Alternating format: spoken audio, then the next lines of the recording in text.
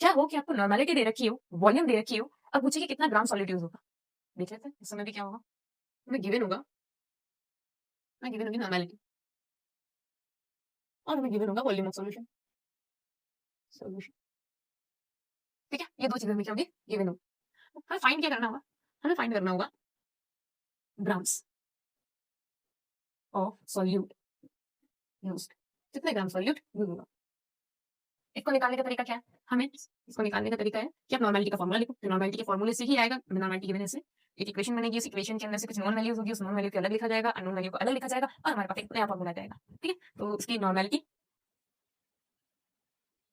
Is equals to क्या formula होता है? ग्राम इक्विवेलेंट ऑफ सॉल्यूट में मास की ग्राम थी सॉल्यूट का निकालना है अपॉन वॉल्यूम ऑफ सॉल्यूशन। चलो ये हमने निकाल दिया नॉर्मेलिटी का फॉर्मूला। बस इस नॉर्मेलिटी के फॉर्मूले में ग्राम इक्विवेलेंट है, गिवन मास नहीं, यानी कितना मास यूज होगा सॉल्यूट का ये नहीं है। तो हम इस ग्राम इक्विवेलेंट का फॉर्मूला अगर देखते हैं, ग्राम इक्विवेलेंट का फॉर्मूला चेंज कर देते हैं इसमें। Normality is equals to gram equivalent का फॉर्मूला क्या होता है? ग्राम इक्विवेलेंट का फॉर्मूला होता है given mass upon equivalent mass upon में अब हमारा वॉल्यूम आ जाएगा। चलिए अब हम यहाँ से गिवन मास का फॉर्मूला निकाल सकते हैं।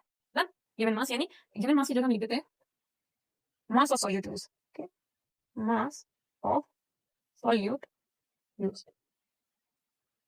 अब हम देखेंगे यहाँ पे रखना, तो मास ऑफ सॉल्यूट यूज्ड को हम एक तरफ रखेंगे, बाकी सब दूसरी तरफ दे देंगे। तो यहाँ पर पहले से क्या प्रेजेंट है? यहाँ पहले से नॉर्मेलिटी है, तो नॉर्मेलिटी लिख देते हैं। ठीक है, और यहाँ हमें क्या रखना है? यहाँ पर हमें मास ऑफ सॉल्यूट यूज्ड रखना है। उसके अलावा जो भी है वो इस साइड भेज देना है। तो मास ऑफ सॉल्यूट यूज के अलावा क्या इक्विवेलेंट मास? तो इक्विवेलेंट मास डिवाइड में यहाँ भेज दो, क्या आ जाएगा? मल्टीप्लाई में। मल्टीप्लाई में क्या आ जाएगा? Equivalent mass. ये भी हमारा डिवाइड में जाएगा, तो यहाँ पर क्या मल्टीप्लाई में आ जाएगा, दैट इज वॉल्यूम। तो यानी अगर हम वॉल्यूम, इक्विवेलेंट मास और नॉर्मेलिटी को मल्टीप्लाई कर दे तो हमारा कितना सॉल्यूट यूज होने वाला है हमारे पास ये आ जाएगा। हमारे पास गिवन अगर नॉर्मेलिटी और वॉल्यूम है तो इक्विवेलेंट मास हम किसी भी चीज से निकाल ही सकते हैं। इक्विवेलेंट मास निकालने के लिए हमें क्या चाहिए?